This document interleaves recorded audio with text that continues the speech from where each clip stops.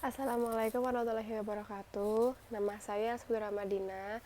Jadi sekarang saya akan mereview buku dari mata kuliah Wawasan Budaya Hutan Tropis Lembap pada bab 4, yaitu tentang menyediakan hasil penelitian kembali pada masyarakat untuk mengukuhkan jati diri dan hak-hak tradisional. Jadi sastra lisan suku Kenya Bakung di Desa Long Apan Baru oleh C. Yus Ngabut.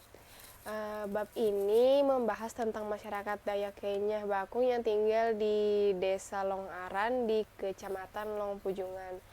Jadi hingga saat ini sastra lisan Bakung belum terdokumentasi secara luas, dan yang pasti jika tidak diusahakan sastra tersebut akan punah. Di era ini, bahkan termasuk orang tua, hanya sedikit orang yang menguasai sastra lisan. Jadi yang menguasai sastra lisan itu hanya orang-orang tua, biasanya lanjut usia. Jadi sastra lisan Bakung mengacu pada jenis karya sastra yang dimiliki oleh masyarakat berbahasa Bakung yang disebarkan dari mulut ke mulut dan menggambarkan budaya Bakung di masa lalu.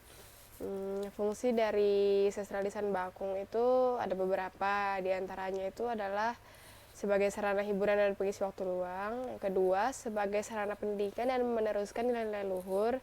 Yang ketiga, sebagai sarana menyatakan kehendak atau keinginan yang berhubungan dengan magis.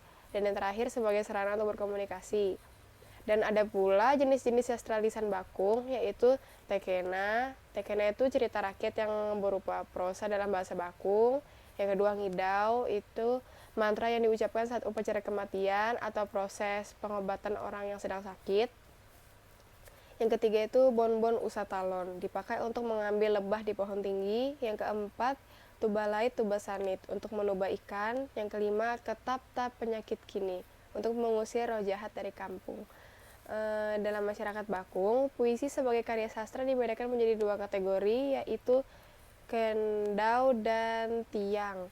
Kedua jenis ini hanya dibedakan berdasarkan jumlah orang yang melafalkannya, yang melakukannya.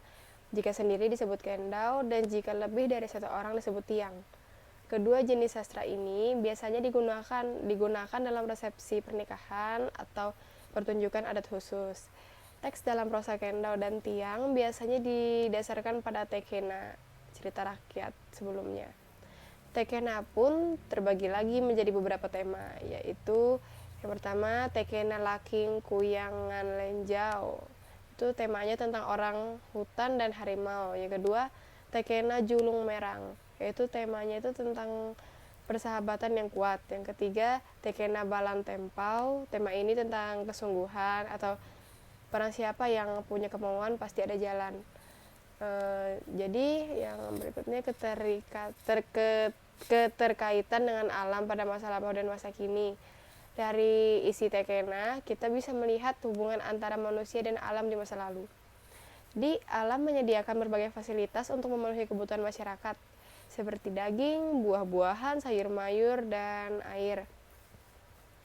Dari isi tekena tentang alam saat ini, dapat disimpulkan bahwa alam masih menyediakan berbagai fasilitas itu untuk memenuhi kebutuhan masyarakat dan individu. Jadi pelajaran yang dapat kita ambil dari bab ini itu adalah yang pertama, mempelajari jenis-jenis dan tema pada sastra lisan, khususnya sastra lisan dari suku Kenya Bakung. Yang kedua, mengetahui kedudukan dan fungsi sastra lisan. Dan yang ketiga, menyelamatkan tekena atau cerita rakyat Bakung dari kepunahan dengan cara menerjemahkan berbagai tekena ke dalam bahasa yang dipahami, yaitu bahasa Indonesia. Yang kedua adalah ada lagu-lagu dan alat musik Dayak Kenya Lepo Maut. Ini oleh Daniel Lawing. Jadi lagu dan musik adalah bagian penting dari kehidupan sehari-hari warga Kenya Lepo Maut. Hal ini terlihat hampir di setiap kegiatan di setiap harinya, bahkan dalam upacaranya selalu ada lagu dan musik untuk menyempurnakannya. Dalam adat Kenya Lepo Maut, secara garis besar ada 5 kategori lagu, yaitu yang pertama lagu belian, lagu silun, londe, uyau along, dan melalo. Dan alat musik yang digunakan pun ada 3 jenis, antara lain alat musik petik seperti sambi, lutung, odeng talung jarang, odeng talung jaran, dan yang berikutnya alat musik pukul, genggaleng, dan alat musik tiup, kediri, dan buluk.